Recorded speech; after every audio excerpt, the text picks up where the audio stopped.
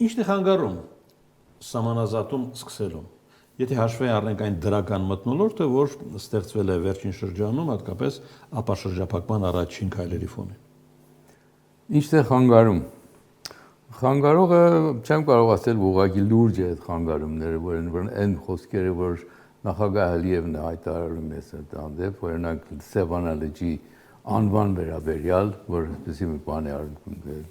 քարոզում, մինչդեռ ինքը այդ ստորագրելով օգոստոս 8-ի այդ համաձայնագիրը այնտեղ խոստացել է, որ Հայաստանին ավեց քաղաքական հակահայ քարոզություններ չշարունակի, մինչդեռ անում է դա։ Հետո գալիս է հաստում այնտեղ, որ մի քարտեզ են հրատարակում, որը Պարսկաստանի Հայաստանի սահմանի քարտեզն է, սա պարզ սովորական քարտեզ է, ոչ շատ պարզ երևացող գծերով, որտեղ շատ փոքր է Սկեպանով չափով է նկարած այդ քարտեզը, եւ վերնագիրը գրում Զանգեզուրի միջանցք։ Դա Զանգեզուրի միջանցքը իստորագրած որ Զանգեզուրի միջանցքը դրանով մեկ մասն է այդ քարտեզի վրա, բայց ամբողջ քարտեզի անունը Զանգեզուրի միջանցք։ Մինչդեռ այդ Զանգեզուրի միջանցք տերմինը իր ստորագրած համաձայնագրի մեջ ոչ մեկը գոյություն չունի։ Այդ ճանապարհն ասում է Հայաստանի ինքնիշխան տարածքով։ Եթե քարտեզը նայում եք, ադրբեջանցի պաշտոնյաներ կան, ասում են մի նեղացեք, դա մեր տերմինն է, օգտագործում ենք։ Շատ լավ։ Բայց եկեք տեսեք, որ մեր ընդդիմությունը այդ վերջացրել է, որ դարձել է, այսպես ասած, մեծ պատմություն։ Տեսեք Ադրբեջանը մերոնք համաձայնել են, որ Ադրբեջանի միջանցքը տան։ Փոխանակ մեր ընդդիմությունը այդ գործն անի, որ պարոն Ալիևին եւ իրանց այդ իշխանություններին, որ հրատարակել են այդ քարտեզը, ողոքի, այսինքն ինչու եք ձեր համաձայնագրին ստորագրած թղթեր պայմանագրին, համաձայնագրին հակառակ նման անուն դրել այդ քարտեզի վրա, Հայաստանի ներսում ծրում տարածում են այդ, որպեսզի դժգոհություն առաջացնեն Հայաստանի դեմ։ Հիմնականում դա է իր պատճառը։ Իսկ երկրորդը իմ տեսակետից ամենակարևորն է, որ այդ համաձայնագրի մեջ, այդ նախաստորագրված համաձայնագրի մեջ, որը իմ կարծիքով ինչպես ճիշտ անվանում չէր այդ փաստաթղթին, նա հուշագիր էր պարզապես, փոխմբռնման հուշագիր, որի կետերը, որ նշված են, փոխափոխության ենթակա չեն, պետք է կատարվեն այդ կետերը, բայց ըստ ապագայի մանրամասն միջոցների ինչ տեսակ, ինչ ճանապարհով պետք է այդ գործերը կատարվեն։ Այդ համաձայնագրի մեջ չկա ժամկետ, որ օրինակ 4 ամսում, 6 ամսում, 1 տարում թե չկա։ Հայաստանի վարչապետն ասում է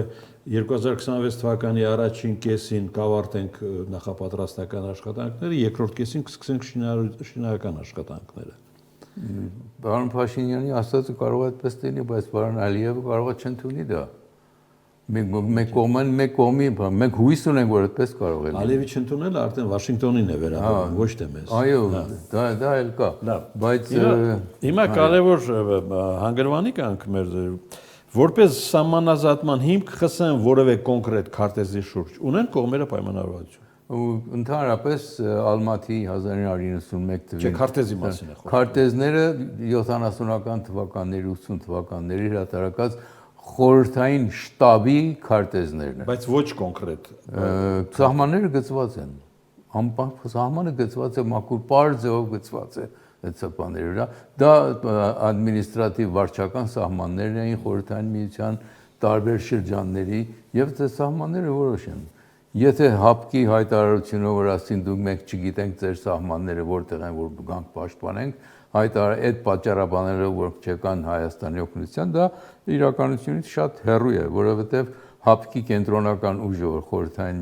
Ռուսաստանի զինվորական շտաբն է, նրանք են գծել այդ քարտեզները, նրանք են պատրաստել քարտեզը եւ երկկողմ Հայաստանը, Ադրբեջանը ժամանակին 60-ական, 70-ական թվականին ամեն մեկի տակ դրել էր իր ստորագրությունը, համաձայնությունը։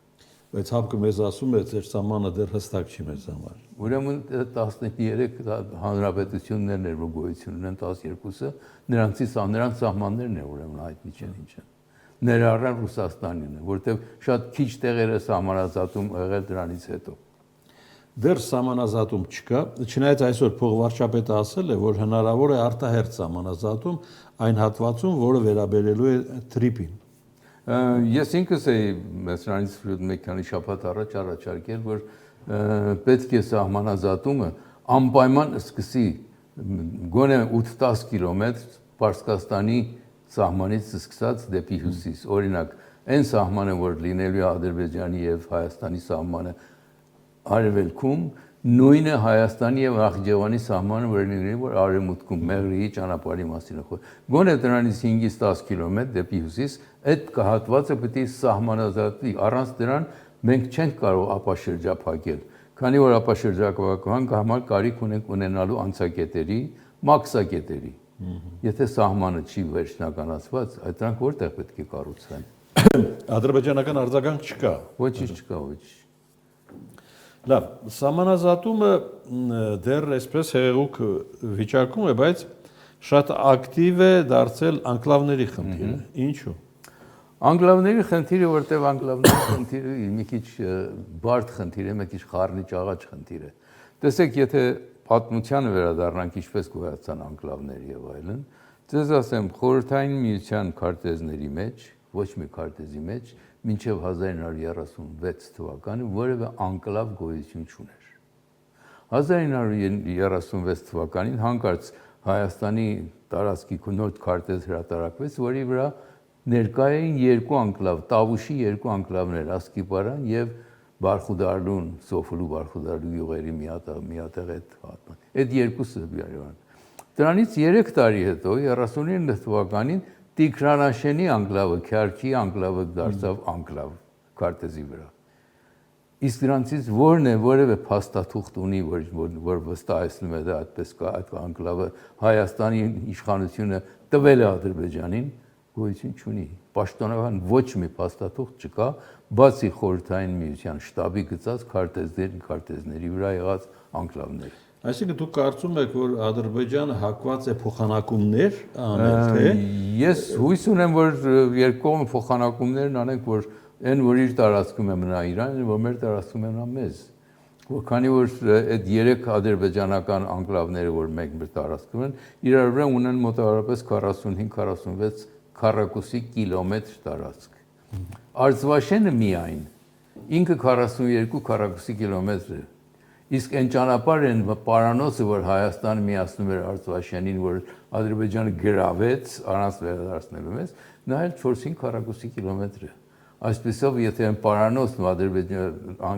Արծվաշենը հաշվենք, մեր տարածքը Ադրբեջանի մեջ ավելի մեծ է, քան իրենց տարածքը Հայաստանում անկլավների տեսակետից։ Եվ եթե փոխենք դրանք փոխանակենք, ապա երկուստեք կարող ենք խնդիրը միանգամից լուծել։ Իսկ եթե փոխանակում տեղի չունենա։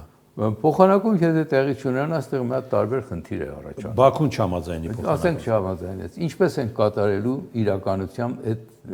հանձնումը։ Տեսեք, Խորհրդային Միության օրերին խնդիրը շատ պարզ էր։ Խորհրդային Միության քաղաքացին այդ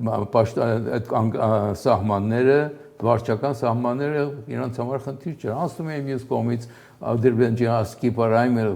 ադրբեջանցին գալիս էր ոսկեպար տեղ առևտուրներ անում, իր ապրանքներն է վերում, վաճառում, վերադառնում իր անկլավը, նույնպես Քյարքի անկլավի ժողովուրդը դուրս էին գալի ճանապարհի վրա, իրանց աճեցրած բանջարեղենը պտուղները վաճառում էին հայերին, բայց երբ որ երկու երկրները դարձան անկախ երկրներ, այդ սահմանները դարձան միջ երկրական սահմանները, միջ երկրների միջև եղած սահմանները, այսօր Ադրբեջանից ինչպես պետք է Ադրբեջանից կամ մտնի իր անկլավը։